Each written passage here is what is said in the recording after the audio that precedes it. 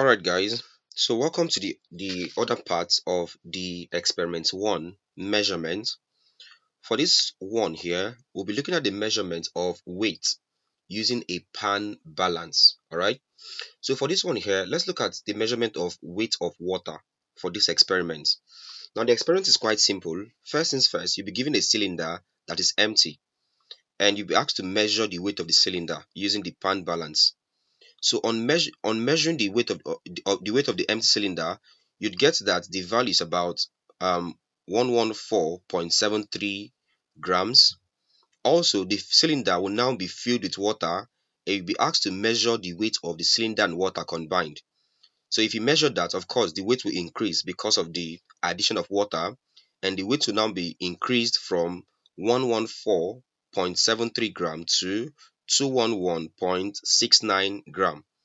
Of course, also the volume of water from the cylinder as calibrated. Now you know your normal cylinder like this has calibrations, like markings there from which you do readings. These are called calibrations. All right. From the cylinder there, the calibration there is about 100 milliliter. That's the calibration. So that's how we got this value as volume of water, which is this value here. So that's how we got this as 100 milliliter. All right, so having said this, let's look at how we can fill in the other part of the table. All right, let's fill in the other part of the table. The first thing that we have to fill is this part, that's weight of water. So how do we get weight of water? Now, what do we have here? First things first, we have the weight of the empty cylinder as 114.73, and we have the weight of cylinder and water combined to give you 211.69. Now you're asked to find the weight of water. How do we get that? That would be as simple as, now look at this. Let's say I have a cylinder here that contains water, that's filled with water here. All right, so I have cylinder filled with water here, and I now have the empty cylinder, which is this. Okay, let me see if I can sketch this properly. All right, so I now have an empty cylinder here. So if this one weighs 211.69, and then this empty cylinder here weighs about 114.73, how do I get the weight of the liquid in this particular cylinder? How do I get this weight of this liquid there? It will be simply subtracting this value here, subtracting the weight of the empty cylinder from the weight of cylinder and water. So that's how you get that value.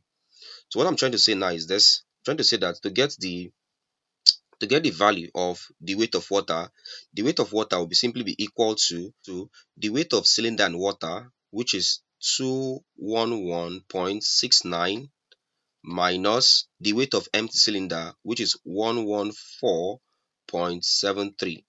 So subtract these two values and you have the weight of the water, or weight of water there. Alright, so let's do this subtraction. So I have 211.69 minus 114.73. That's about 96.96 in value. So I'm having this as 96.96. Now observe that from my table there, this value 1, 2, and 3 were all given in 2 decimal places. So that means I'll also leave my answer here in 2 decimal place, or two decimal places.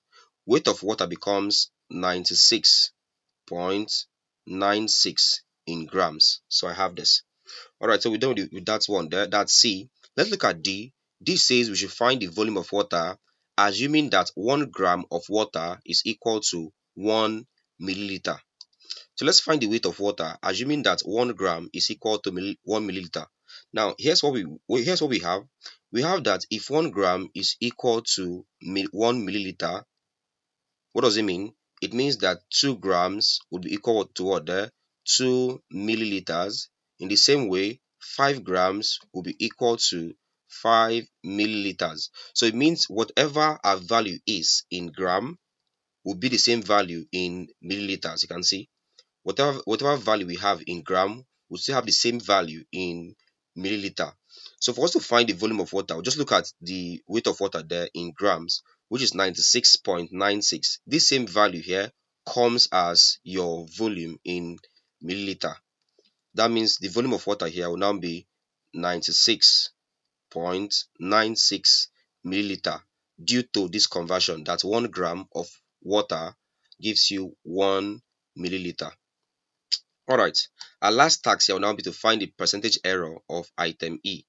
Alright, so let's recall our formula. Recall that percentage error is equal to true value minus observed value divided by true value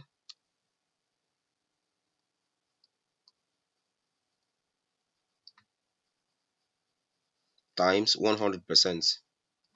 So times 100%. Alright, so what's your true value? The true value is the value that was got from the calibration of your cylinder, which was this value here, 100. Alright, that becomes your true value. So my true value is equal to 100, so it becomes 100 minus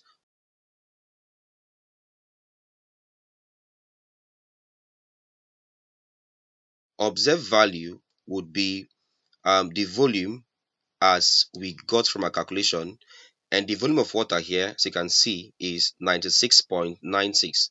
That was the volume of water we got. So it becomes observed value becomes 96 points. So 96.96 all over, so divided by true value, which is 100 times 100%. All right, so let's solve this simple math. Let's solve the simple math. So this is now equal to 100 minus 96.96. That's about 3.04. So I'm having 3.04 all over 100 times 100%. This will be equal to 3.04%. So that's the value.